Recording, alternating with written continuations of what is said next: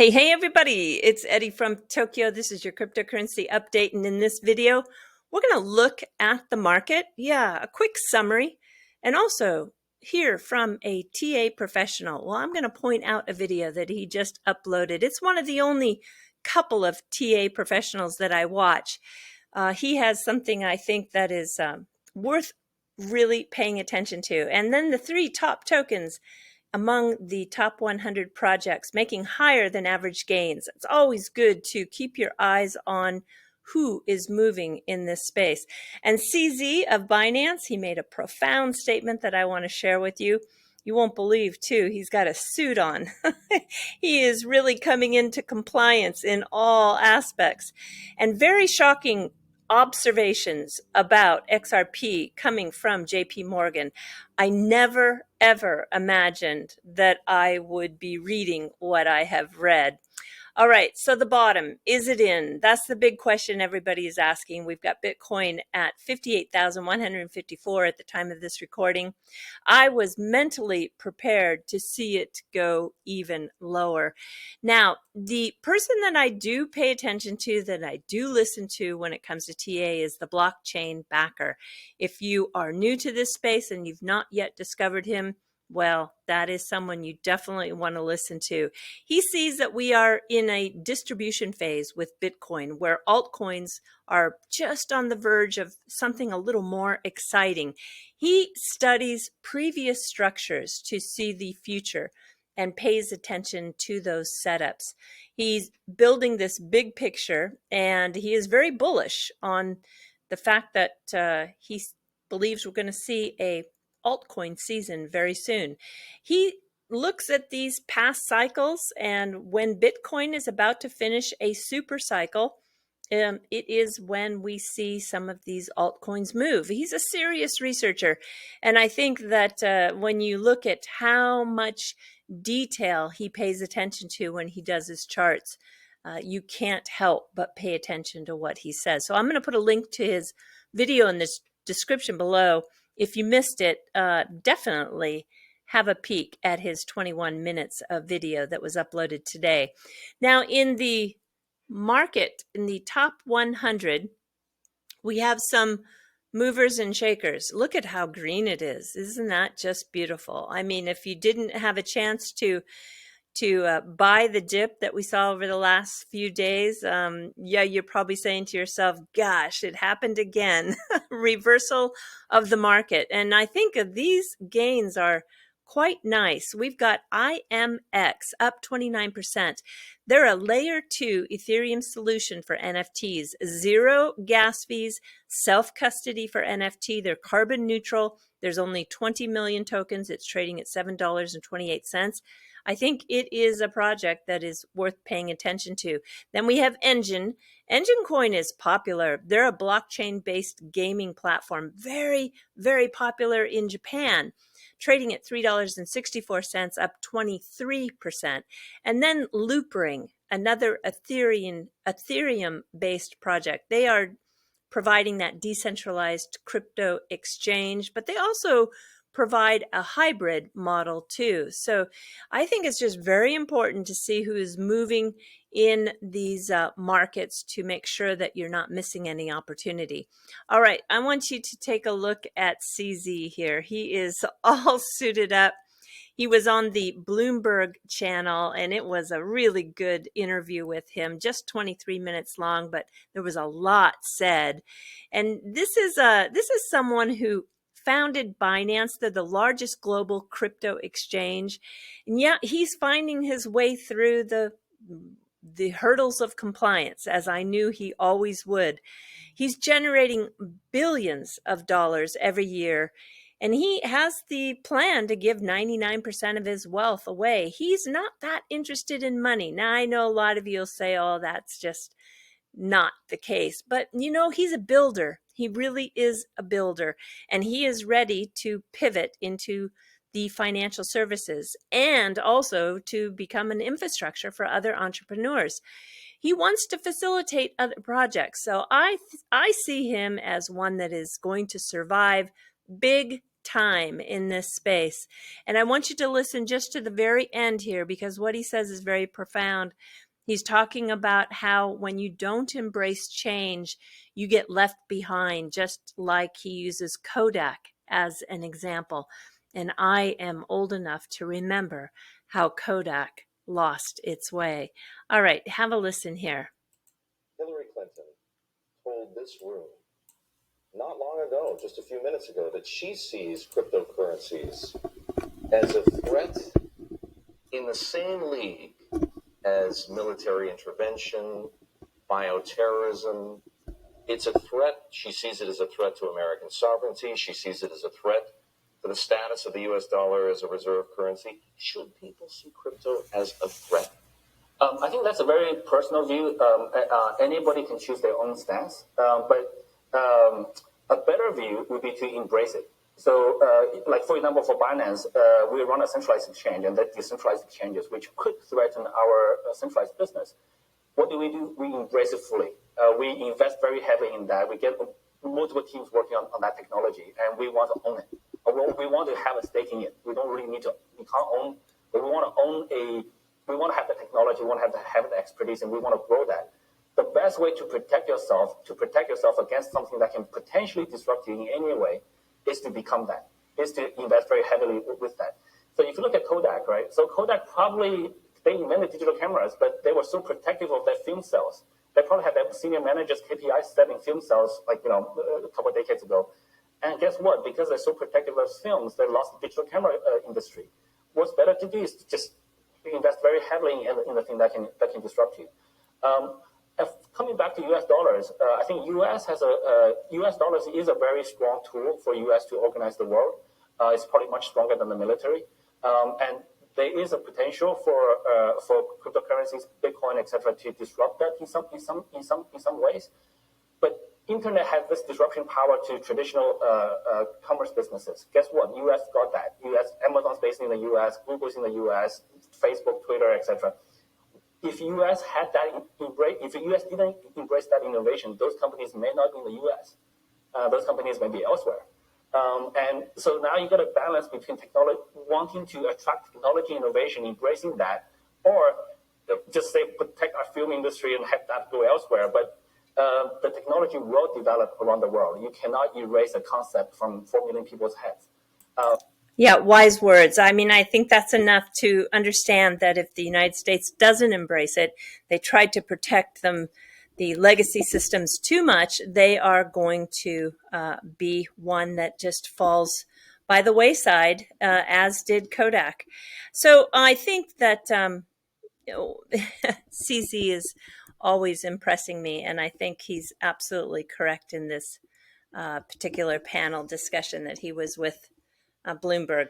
All right, we're going to jump to Sam Bankman-Fried. He is the founder of FTX. That's an exchange that is really getting some attention because they are growing rapidly. And he speaks to how moving Bitcoin on other blockchains that are cheaper, better energy efficient, faster, it's growing this use. And I think the message goes the same to the Bitcoin maxis. If they don't embrace a blockchain like XRP Ledger, for example, to move Bitcoin for somebody who wants to spend just $17, that is going to be a problem. They are so protective of their own blockchain when it comes to layer 2 solutions that are not as secure, they're not as scalable, they're not as efficient in terms of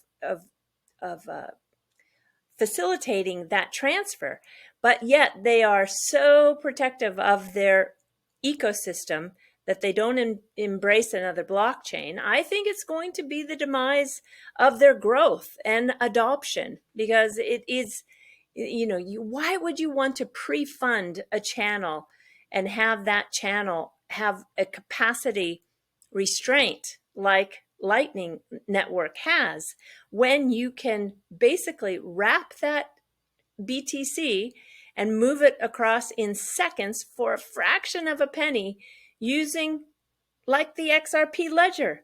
So just have a listen here to Sam. And if you remember, Sam also spoke with David Schwartz on a panel with the last Ripple swell. I like this guy a lot. Okay, here we go. But if you actually want to send, $17 to your friend, you would use a different blockchain to send that transaction, so it will be cheaper and more energy efficient and faster. And so I think that's one plausible answer here. In terms of volatility, that's going to be really a property of any cryptocurrency that has the potential for price appreciation right now. Now, again, you can have a stable coin if your goal is just to hold dollars put on a blockchain, right? And that's totally fine if that's what you're looking for. But to each are looking for an alternate asset to store wealth in. In an emerging industry, you can't really have that and have a chance at really significant growth without having significant volatility. That would be sort of violating the efficient market hypothesis. The last thing I'll say is that you could see, and you do see a fair bit of this growing, transfers of Bitcoin on other blockchains, and it's not really Bitcoin that's being transferred, it's a wrapper on it. It's a token which someone promises to let you swap out for Bitcoin, but you could use that on shorter time scales, certain IOUs for Bitcoin. It's almost like a stablecoin on a Bitcoin, but just running on a faster connection. So that company moving Bitcoin on the XRP ledger is Spend the Bits. And if you are interested in learning more about that, this is definitely a solution poised for explosive growth. Spendthebits.com. I want to definitely highlight that because it just makes sense. Okay. Clients every day rely on JP Morgan to move more than 8 trillion. 99% of that is digital. And they are doing that daily, can you believe it, through 52 million payments in their global payment flows coming to the online digital wallets in real time. So this is according to a Payments Eating the World report a couple of months back. And as of July 2021, there were 75 million blockchain wallets globally. We can take a look at their graph from that report, and you'll see that when you think about just 91% of the global population has a smartphone now, that is a device that's going to really advance us in a massive societal shift. You will see that we are early. I know you have a lot of people say that all the time. Oh, but you're so early. But think about it. 91% of the population has a smartphone. Only 75 million out of 7.9 billion as a population have a blockchain wallet. So yes, you are early. And yes, there is a lot of growth and opportunity in this space. It has so much potential. You are really, count yourself lucky if you are listening to this video today. All right, this is the most shocking part. JP Morgan, November 5th, a report on the U.S. mid and small cap banks. This is their Crypto Banking Weekly. There's a spotlight on Ripple and XRP, pointing out the future potential of both. I want you to pay attention to Jungle Inc. because he has the 50+ complete report being sent to him by @_XR Pizza. And thanks to these guys, I think we're going to learn a lot more. But XRP is really been largely successful, according to JP Morgan here, accomplishing its goal by reducing fees and transaction times associated with money transfers. And if the company is able to win the SEC lawsuit and trading resumes on major exchanges like Coinbase, it says here, as you can see in this first underline, XRP is poised for significant adoption. Can you believe that? That is a statement coming from JP Morgan. And he goes on to say that XRP can be used to facilitate transactions of many kinds, including fiat currency exchanges, commodity trading, and even cryptocurrency trading.